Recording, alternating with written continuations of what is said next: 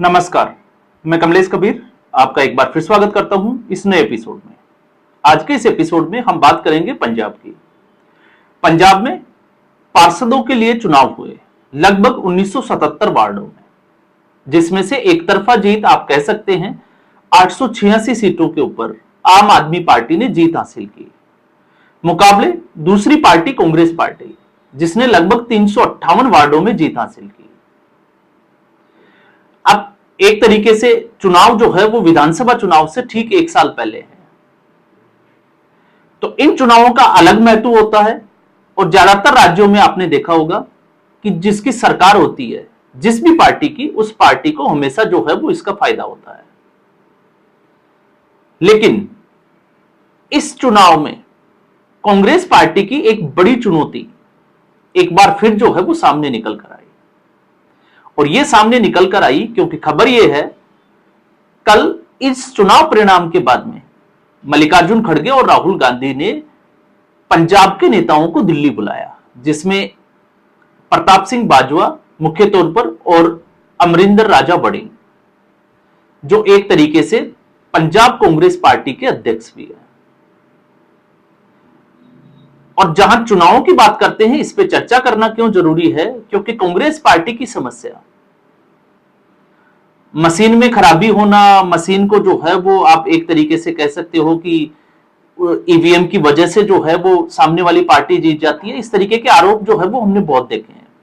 लेकिन कांग्रेस पार्टी की सबसे बड़ी कमी है कि कांग्रेस पार्टी अनुशासनहीनता की वजह से, केंद्रीय नेतृत्व की कमजोरी की वजह से और आप नेताओं के आपसी हितों के टकराव की वजह से लगातार गर्त में जाती जा रही है। अब एक स्थिति पे अगर आप नजर डालोगे तो 4 साल का आम आदमी पार्टी का शासन, एक तरीके से महिलाओं के लिए जो फ्री बीज का एक वादा किया गया था, महिलाओं के लिए जो है वो एक योजना लागू की गई थी, 4 साल बाद अब जाकर उसके ऊपर अमल होना शुरू हुआ है। जबकि चुनावों से ठीक पहले, तो चुनावों के लिए वो जरूरी है, लेकिन इसके अलावा लॉ एंड ऑर्डर की स्थिति पूरा देश जो है वो जानता है कि पंजाब में इस वक्त किस तरीके की स्थिति है। तो ऐसे में आम आदमी पार्टी से जिस तरीके से लोगों की अगर मानसिकता की बात करें तो एक तरीके से ठगा हुआ महसूस कर रहे हैं। अब बावजूद इसके अगर आप देखोगे तो फिर रनर अप या दूसरे नंबर की कौन सी पार्टी होगी, तो भारतीय जनता पार्टी लगातार अपना वोट शेयर पंजाब में बढ़ा रही है, इसको कोई नकार नहीं सकता। और भारतीय जनता पार्टी ने कांग्रेस पार्टी से ही आए हुए पहले सुनील जाखड़ को प्रदेश अध्यक्ष बनाया पंजाब का, और अब जो है वो ढिल्लो उसको प्रदेश अध्यक्ष बना दिया। तो कुछ बदलाव जो है वो भारतीय जनता पार्टी ने भी किए हैं। लेकिन भारतीय जनता पार्टी सत्ता की रेस में है, ये अभी दूर दूर तक दिखाई नहीं देता, क्योंकि एक बड़ा वर्ग है जो भारतीय जनता पार्टी के खिलाफ है। तो ऐसी स्थिति में शिरोमणि अकाली दल वो कमजोर स्थिति में है। तो कांग्रेस पार्टी के अलावा कोई ऐसा दूसरा दल पंजाब की राजनीति में दिखाई नहीं देता जो आम आदमी पार्टी को टक्कर दे सके। लेकिन पंजाब पर कांग्रेस की स्थिति क्या है? राहुल गांधी और मल्लिकार्जुन खड़गे के सामने अगर प्रताप सिंह बाजवा और राजा बड़िंग दोनों अगर आपस में तू मैं करके बाहर निकल जाएं, एक दूसरे के आरोप लगाएं, तो आप समझ सकते हैं कि स्थिति कितनी गंभीर है। तो आप याद करिए हरियाणा का विधानसभा चुनाव। हरियाणा के विधानसभा चुनाव में कांग्रेस पार्टी 2 महीने पहले तक भारतीय जनता पार्टी की 3 बार की सत्ता की जो एंटी इनकम्बेंसी थी, उससे आसान भी थी कि कांग्रेस पार्टी सत्ता में आएगी। और उसका एक कारण और था, वो था किसान आंदोलन का केंद्र। ओपीएस और एनपीएस एक आंदोलन, ओल्ड पेंशन स्कीम और नई पेंशन स्कीम का, और इसके अलावा अग्निवीर। लेकिन कोई भी धरातल पे अगर आप देखोगे तो कांग्रेस पार्टी की अंदरूनी कलह को उस वक्त समझ ही नहीं पाया। और कांग्रेस पार्टी हरियाणा में 3 खेमों में बटी हुई दिखाई दी, एक रणदीप सुरजेवाला, कुमारी सैलजा और एक भूपिंदर सिंह हुड्डा। और उसका नतीजा क्या हुआ? जब परिणाम आया तो कांग्रेस पार्टी हार गई और भारतीय जनता पार्टी चौथी बार सत्ता में चली गई। अब इसके बाद अगर आप उसके आकलन की बात करोगे तो सीडब्ल्यूसी की मीटिंग हुई और उस मीटिंग में एक फैक्ट फाइंडिंग कमेटी बनाई गई जिसका प्रमुख बनाया गया प्रताप सिंह बाजवा और अशोक गहलोत।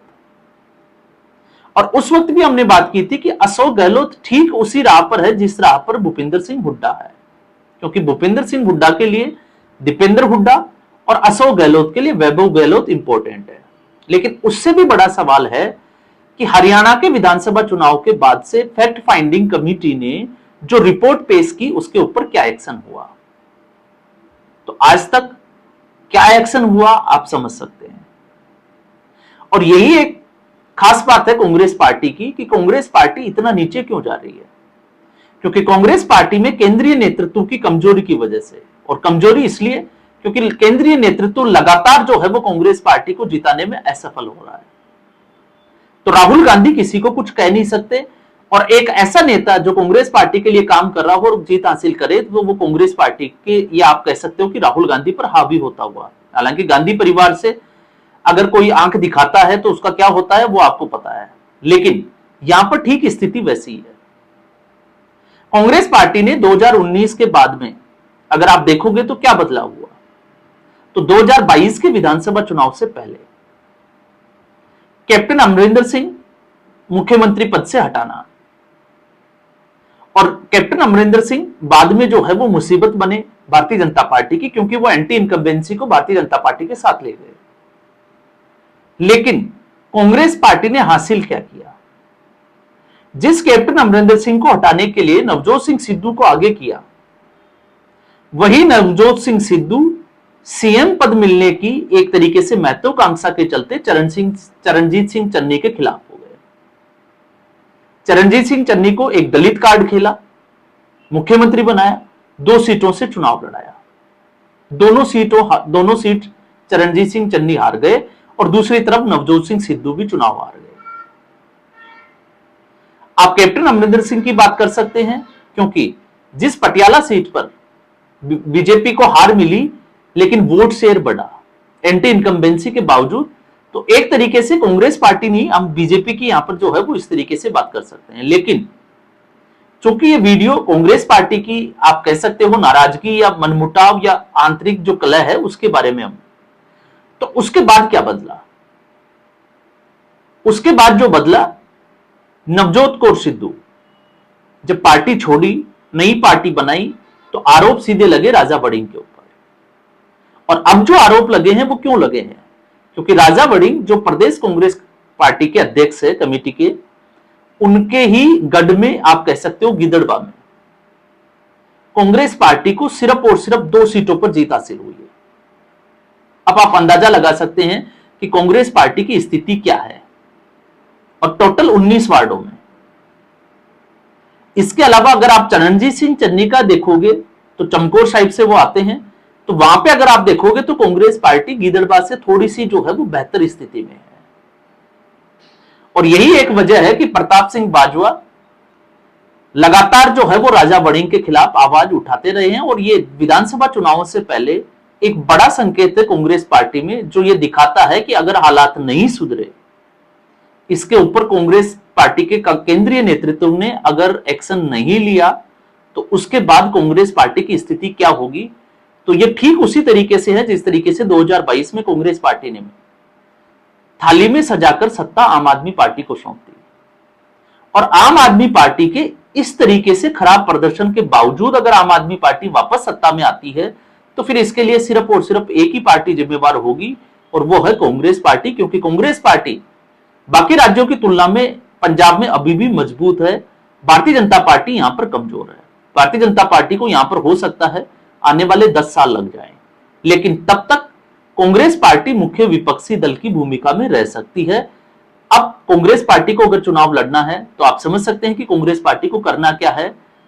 हालांकि यहां पर अगर आप गिदड़बा की बात करोगे तो एक बार फिर जो है, क्योंकि कांग्रेस पार्टी जिस राज्य में चुनाव हारती है वहां पर ईवीएम को दोष दिया जाता है, लेकिन यहां पर ईवीएम से चुनाव नहीं हुआ, बैलेट पेपर से चुनाव हुआ। और इस बार बैलेट पेपर के ऊपर भी कांग्रेस पार्टी ने निशाना साधा कि जाली हस्ताक्षर किए गए, और धांधली की जो है इस वजह से आम आदमी पार्टी इतनी जीत जो है वो हासिल कर पाई है। तो कांग्रेस पार्टी आत्ममंथन के बजाय ठीकरा जो है वो इसी तरीके से फोड़ती हुई पहले भी जो है वो नजर आई और इस तरीके से, और इसका मतलब ये साफ होता है कि सुधार की अभी जो है वो कोई गुंजाइश दिखाई नहीं देती। तो इस एपिसोड में फिलहाल इतना ही। उम्मीद करूंगा वीडियो एपिसोड आपको पसंद आया होगा। वीडियो को लाइक करें, शेयर करें, चैनल जरूर सब्सक्राइब करें। धन्यवाद।